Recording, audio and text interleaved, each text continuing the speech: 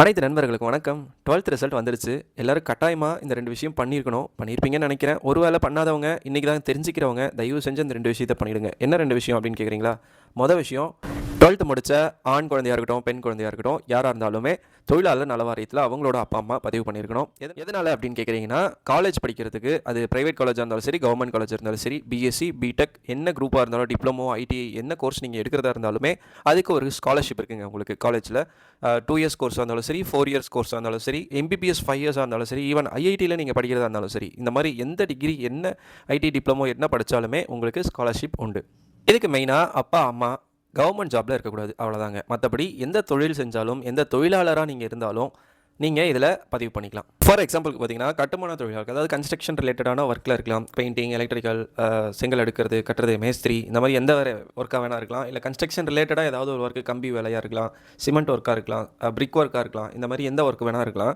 And அமைப்பு சாரா ஓட்டுநர்கள், அதாவது கிக் ஒர்க்கர்ஸ், அதாவது சென்னையில் பெரும்பாலான சிட்டிஸில் பார்த்தீங்கன்னா, டவுனில் சிட்டிஸ்லலாம் பார்த்தீங்கன்னா கிக் ஒர்க்கர்ஸ் அப்படின்றது ஸ்விக்கி, ஜொமேட்டோ, ஷேடோ ஃபேக்ஸ், டன்ஸோ, இந்த மாதிரி நிறையா இருக்குது. So Flipkart, Amazon, Meesho, Myntra, BigBasket, இந்த மாதிரி எல்லா கிக் ஒர்க்கர்ஸுமே இதில் அடங்குங்க. அவங்களுக்கும் இதில் பண்ணிக்கலாம். அண்ட் சலூன் வச்சுருக்கிறவங்க, சலூனில் வேலை செய்கிறவங்க, சலவை தொழில் செய்கிறவங்க, ஐனிங் ஷாப் வச்சுருக்கிறவங்க, அதில் வேலை செய்கிறவங்க, கைவினை சம்மந்தப்பட்ட தொழில் செய்கிறவங்க, கைத்தறி சம்மந்தப்பட்ட தொழில் செய்கிறவங்க, தோல் பொருட்கள், காலனி, அதாவது ஸ்லிப்பர்ஸ் அந்த கடையில் வேலை செய்கிறவங்க, இல்லை அது ரிலேட்டடாக ஒர்க் பண்ணுறவங்க, contract labours, and also artist, ஓவியர்கள், அப்புறம் மண்பானை செய்கிறவங்க, வீட்டு பணியாளர்கள், வீட்டு வேலைக்கு நிறைய பேர் சிட்டிஸில் பார்த்திங்கன்னா நிறைய பேர் வீட்டு வேலைக்கு தான் போய்கிட்டு இருப்பாங்க. அவங்க அப்ளை பண்ணலாம்.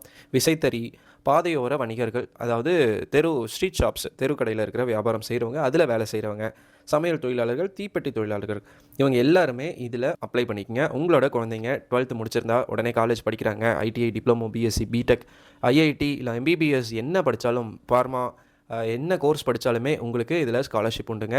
ஸோ மறக்காமல் தொழிலாளர் நல வாரியத்தில் மிஸ் பண்ணாமல் பதிவு பண்ணிக்கங்க. சரி, அப்ளை பண்ணால் எவ்வளோ ஸ்காலர்ஷிப் கிடைக்கும் அப்படின்றது நிறைய பேருக்கு டவுட்டாக இருக்கலாம். குறைஞ்சது 3000லேருந்து 50,000 50,000 வரைக்குமே உங்களுக்கு ஸ்காலர்ஷிப் கிடைக்கலாங்க. ஐடிஐ, டிப்ளமோ, பிஇ, பிடெக் இதெல்லாம் ஒவ்வொரு கோர்ஸுக்கு ரிலேட்டடான ஒவ்வொரு ஸ்காலர்ஷிப் இருக்குங்க. 4,000 இருக்குது, 5,000 ஸ்காலர்ஷிப் இருக்குது, 7,000, 9,000 ஸ்காலர்ஷிப் இருக்குது, ஈவன் 50,000 வரைக்கும். நீங்கள் எம்பிபிஎஸ் கவர்மெண்ட் காலேஜில் படிக்கிறீங்க, இல்லை ஐஐடி, பிடெக், பிஇ படிக்கிறீங்க அப்படின்னா உங்களுக்கு 50,000 வரைக்கும், வருஷத்துக்கு 50,000 வரைக்கும் ஸ்காலர்ஷிப் இருக்குங்க.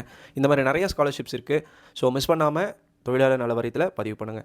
காலேஜ் படிக்கிறவங்க மட்டும்தான் அப்படின்னு கேட்டிங்கன்னா அப்படிலாம் கிடையாது. ஈவன் 6th உங்களுக்கு 12th வரைக்குமே ஒரு ஸ்காலர்ஷிப் இருக்குது. சின்ன சின்ன அமௌண்ட் வரும். ஏதாவது ஒரு தேவைகளுக்கு, அவங்களோட படிப்பு செலவுகளுக்கு இது கண்டிப்பாக தேவைப்படும்.